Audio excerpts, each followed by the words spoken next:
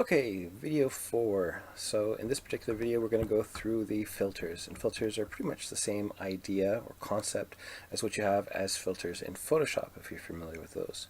The idea is that it takes in the information and it processes it in a more unique way than, say, perhaps you might be getting from these initial adjustments, where you have simple things like flipping, or adding a blur, which is probably the more involved element of processing this data, gamma correction and the like. These are more in line to the actual filters in Photoshop, where you can create sort of artistic kind of effects to some degree, and others have a very distinctive purpose. So if we look at this mountain that we have here as our starting point, and I went with something like aperture. Aperture, by default, actually I think starts to expand, will take your edges and it will often either sharpen or soften them. That's kind of its primary usage. So if we see this, we look between the difference between these two, and you can see that these edges are softened out. Now, if you notice that it's creating circular shapes that are here, and that is because it's in a disk mode. If we go to a diamond mode, I'm not really sure you're going to see like the diamond shape, but these are different ways in which it processes it. Here you can see kind of like a seam, a visible seam from that cross,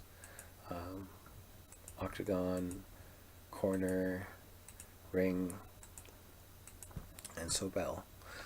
I believe Sobel is the one that's meant to do the sort of softest version of it. Looks like it's very much directional though. Just going to right click, set that back to home so it's default settings. Back to disk. So this is really useful for if I wanted to soften out a mound that I wanted to erode and just make it feel overall softer. This is great for that. Sometimes when you erode surfaces, it can start carving into areas. It can occasionally create spikes and the like. So a little bit of this, and again, you can mask these things out. So you can mask this to happen only a very specific area where it's causing you maybe issues, or where you just want to artistically make that change where it should start to get softer. And by the same token, again, the contract, if you find that certain areas are not sharpening up as much as you would like, or something that you had to do to try and remove some detail or process it a little bit further has lost the sharpness that you wanted, you can again go through that, mask off that region, and sharpen that particular area. Outside of using actual masks, you can of course just process these things directly with themselves. So if I do this, you'll notice that now just mainly the top ridges are the ones being modified, and that's just because it's using the height of this information to calculate it. So if I just wanted those top ridges to contract a little bit further, there I have it. I'll just grab that, press delete. Are you sure? Yes. So it's now back to default. Moving on to recurve. Recurve is really great for creating the sense of sand dunes. This is the one thing that I like to use it for, is giving the feeling of windswept sand. So there's two ways that it processes. Again, it's in this group here that I've aligned because it's related. So aperture and recurve has some similarities, in that it has an inflate mode as well as a contract mode. So we're going through here and we see the sharpness of this. If I click and click again, you see it's eating away at those edges.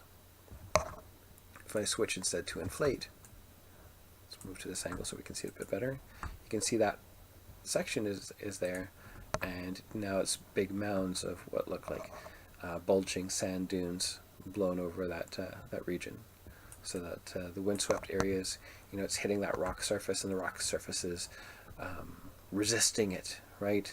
It will not bow down to the wind, and instead we get these big mounds kind of blown over the top, and it's just building up, which is pretty cool.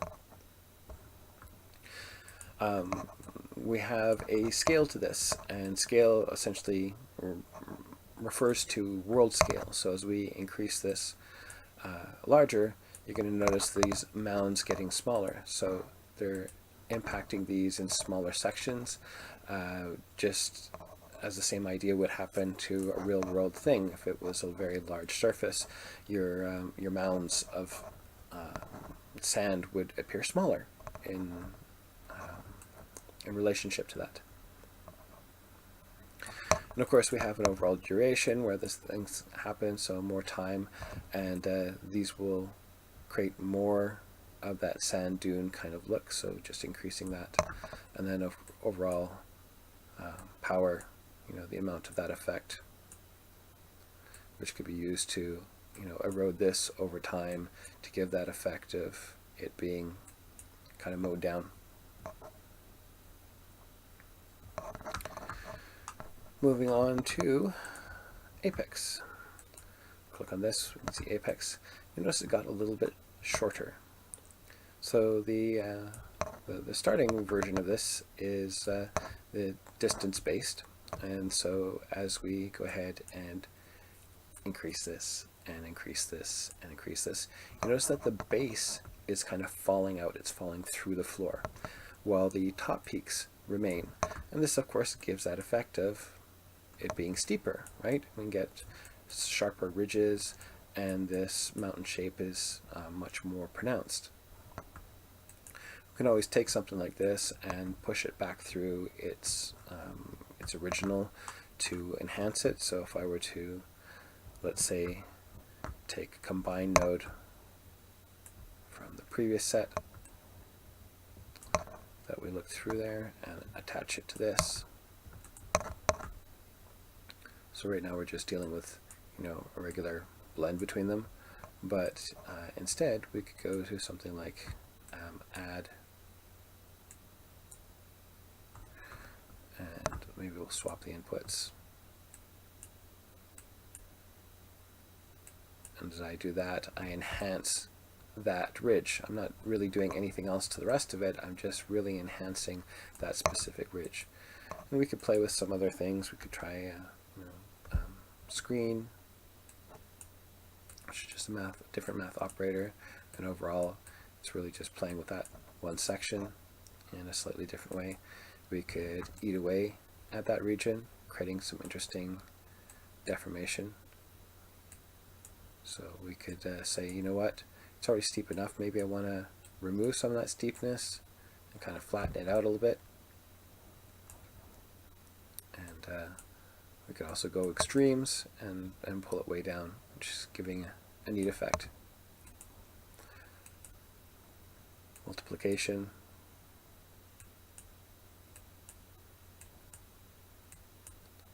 It's essentially flattening out the whole thing. So you get the general idea. You can play with these in different ways. I'm just going to shift delete that so it doesn't ask me to keep it. So that's Apex current setting. We can also go with slant instead. And with slant, we're going in and carving, and it's very similar to that recurve kind of idea, in that it's going in and it's applying some slanting to this. So we have two values, one which leads to the one angle of lean, and the other one which leads to the other angle of lean.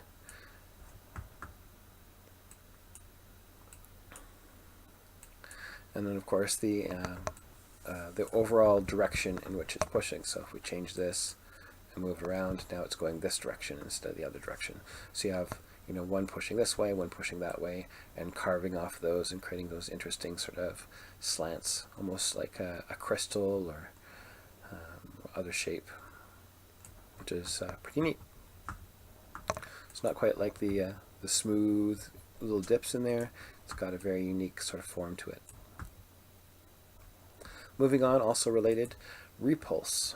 Repulse, by default, you might wonder what the whole repulse idea is about, because if you look at this, and it looks like it's pinching rather than repulsing. This is just due to the default settings, because if you wanted to go repulse, you can simply take the amount down and you'll start to understand why it's called repulse. it's actually pushing these things out. So it's a pinch operator overall. It goes in and it pinches or spreads out. And this is kind of neat. It's creating this flat top area, almost a natural sort of road that you could play with a little bit further to have something kind of come around and down, which is pretty neat. We have the overall scale of the area of the pinch. So as I bring this down, that area where it's happening is smaller.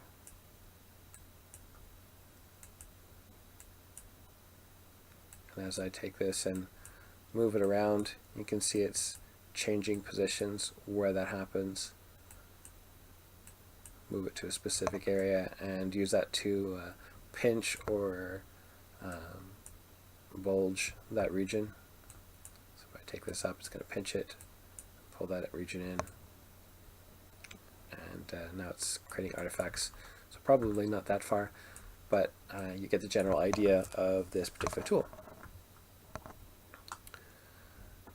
Moving on. So I'm going to go to rocks first. I think I'll save bomber for last. So rocks, pretty straightforward. There's not a lot of options. Obviously, it's just adding in sort of large noise shapes across the entire formation. At higher resolution, there's a bit more detail to these, but I'm trying to keep them quick for now. They are fairly quick overall, but I got a lot of nodes and other things that I've been playing with in here to show you how to mess with some of these in creative ways. So I would have to wait for them all to build all at the same time. But you can get the general idea. And then we have noise, which is smaller scale noise. And this particular noise has a few different types. So Gaussian, which is overall it's smoother, right? Gaussian blur, Gaussian noise. It's soft and even. Poisson impulse, which gives us very scattered sort of dots, and then Laplacian, which is similar to what the Gaussian is producing, but it looks a little bit more spaced out. And then you have the strength of those things and the iterations that you can play with. And then of course our levels. Let's just go back to random here. Levels. And so level is default, equalize, and gamma. Let's switch to maybe Gaussian here, and we'll go none, level, equalize, and gamma. Wow. So each one will react a little bit differently to these. And of course, like many others, it has a seed that you can change the pattern that's there. A way in which I have used this myself is just mimicking a tree line. So just adding that noise in there gave me an interesting effect similar to that of a line of trees down at the base. So it's an interesting little technique to try and give that illusion within that region.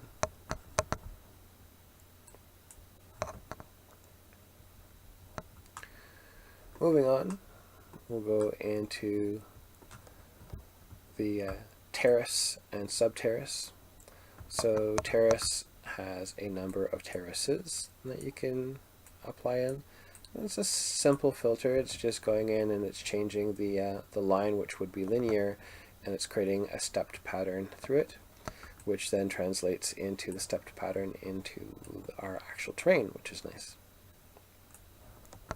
We have an overall uniformity to that, so each one is the same size of step, versus making them more non-uniform, so that some are shorter and some are longer. We have an overall steepness to those slopes. The more steep that you make them, the more stretching that you'll have of the pattern that's across there. So steepness can be a detriment to the appearance. You need to have a way of dealing with those sort of flat regions with something that maybe a projection-based material that will go onto those areas and provide a little bit of stone, rocky detail that chooses based on angles. It's something you can do. We have an overall intensity of this particular effect, of course. We can soften the fall off so that it's more distinct up here, but as we go down to the base it becomes less. And then we have a reprocess where it's reprocessing the information a little bit stronger. And then of course a seed for that, working out that randomness from the non-uniformity across this piece. Subterrace. Subterrace, if we go back to the original, you can see the effect here. And Subterrace applies smaller terracing shapes across the form, little areas that are kind of peeking out, and so they have distinctive ridges, but they're not based just on height information, they're all over the surface. So we have a dispersion amount where we can change the spacing of these things, closer together, wider apart, and then amount of these.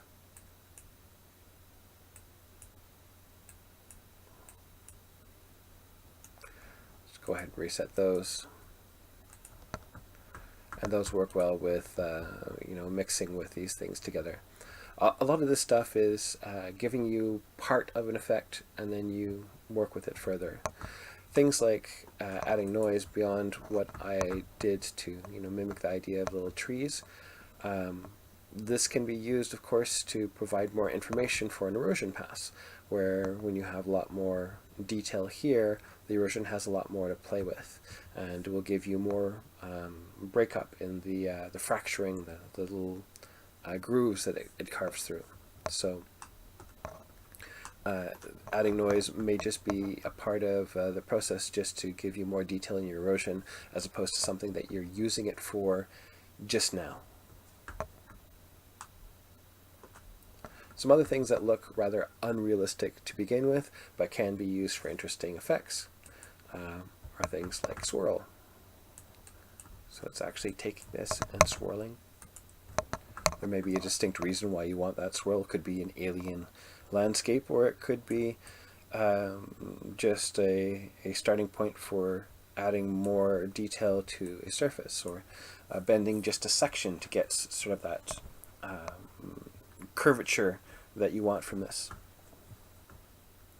Whirl is very related to this in that it creates these big patterns. And this is something that you could see in an underwater sort of setting, or something that was previously underwater, where it creates these rounded shapes as the currents whip around them. And both of these have different settings to them. So again, if we were to change that scale, just like the other one that pinches, the repulse, right, and you can move that position around where it's impacting it. With whirl, there is no sort of XY there, but you do have a number of whirls that it's going to produce. And then, of course, we have a power overall intensity that's applying to that.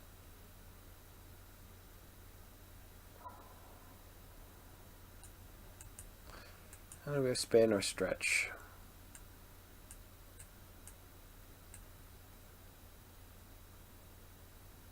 Expanding outwards from that source. So there's an interesting sort of alien landscape, sort of a neat little pattern in there. And of course the seed, which will break up that pattern itself, where it comes from, where it goes. Polar.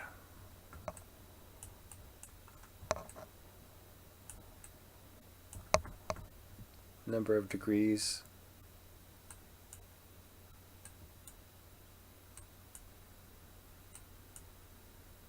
There we go. pretty straightforward what it does.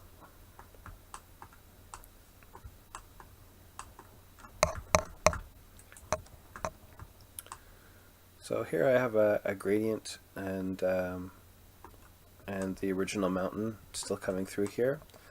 And these next two are a little bit more unique in what they do. So cells, I've applied this to the mountain. You can see what that does. And that of course has an overall scale that you can apply to these so that they get smaller or larger. An added sense of chaos, which will break it up even further, so they're not all entirely based off that height information. They start as being based off that height information, but have since kind of broken up, so the more chaos you add, the more variation you have in that initial height.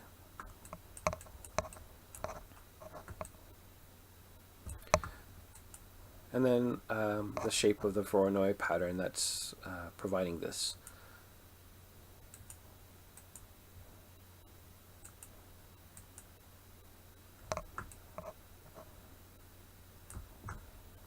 Origami, on the other hand, I chose to put onto a gradient so you could really see what was happening here.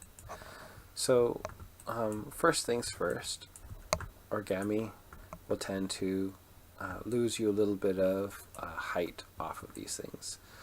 And it goes back and it makes it look like a sort of low polygon kind of effect.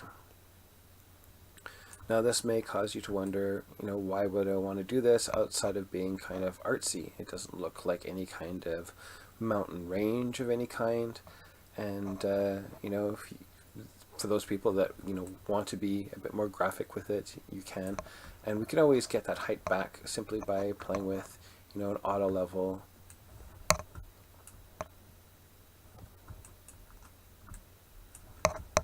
And adjusting that strength and processing in that way. So it's not really a big problem of the loss of height. We can always get some of that back. But this pattern has another potential use. So if I go ahead and just take the plane gradient, right? I go ahead and erode that. I get something kind of interesting, but it's very uniform. There's not a lot of variation to this. So instead, what I've done here is I've processed it with Origami, and I've changed the scale of this. So the amount will change the scale of these pieces, so a lot more smaller ones. I've run it through Apex, which we've already looked at. And what this has done for me is, again, it's pushed that area down in there, so it's created a softness. And then my initial pass here is just to go through breaker, just so you can see what's happening. This breakup here, because of these little curves, you can see how it's lending a bit to how breaker is traveling. It's trying to travel in between those sections rather than in sort of straight lines. So it gives us some of that. The next process from there is to go through the erosion. And we can see now we've got these little peaks, these little mounds, and they kind of break down into this nice little sandy hill. Now, of course, I'm never satisfied with just going that far, so I'm going to take it a little bit further so you can see what more I would do with this. So I'm going to take that and apply another breaker, which I will auto level its breaks. So it's no longer using actually the result here. I'm not going to use that. I'm going to take the processing that's done to generate these breaks right out of the breaks portion here, auto level it, and that looks like this. So those are the areas that have been carving into that shape. I'll blur those just to soften them, and then I'll go back through a combine node where I'm actually subtracting those regions. So in the end, what I'm doing is I'm enhancing some of those indentations. After enhancing them, I've gone through a landform, and we're going to go into this section in the next video, dealing with these things a little bit further. But going through that landform, erode it a little bit further to get more detail, and then use that to combine with this one to add some more detail to that shape. So all of that started from, like I said, using these things to beginning a beginning process, which can then be used through with the erosion tools, and then further modified.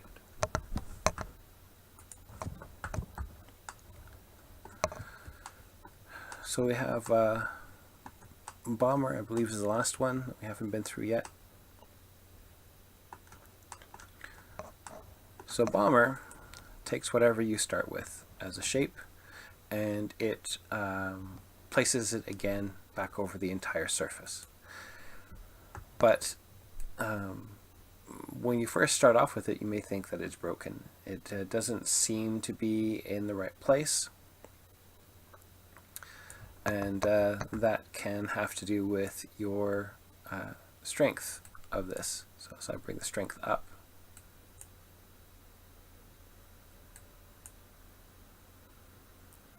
I'll start to see these sort of peek through.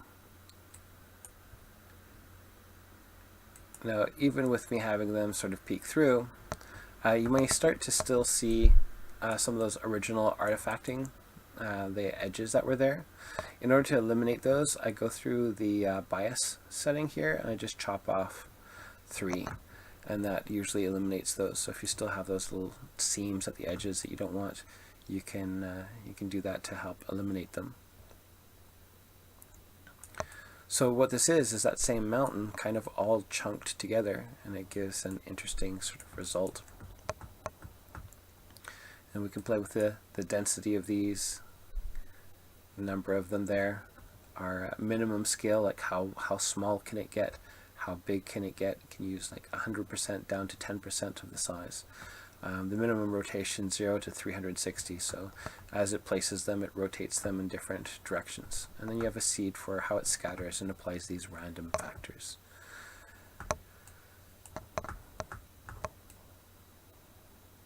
So this is quite useful as a tool to quickly fill an area with detail. And again, something like this could be height map information that you've brought in. Maybe you did a scan of a rock that you liked, or a little chunk of dirt that you thought was interesting, and then through this tool you can then reproduce that multiple times across the surface and create a unique texture with a full height map. Then use the processing tools that are in here to help you color it as well. So as always, I hope this has been somewhat useful to you. You've got a little bit of an idea of how to work with this. A lot of these things are really useful to help you start part of a process, or to work with a very specific area of the mesh beyond what you're getting with these ones here. So in the next video we'll go into the erosion tools and so on and so forth.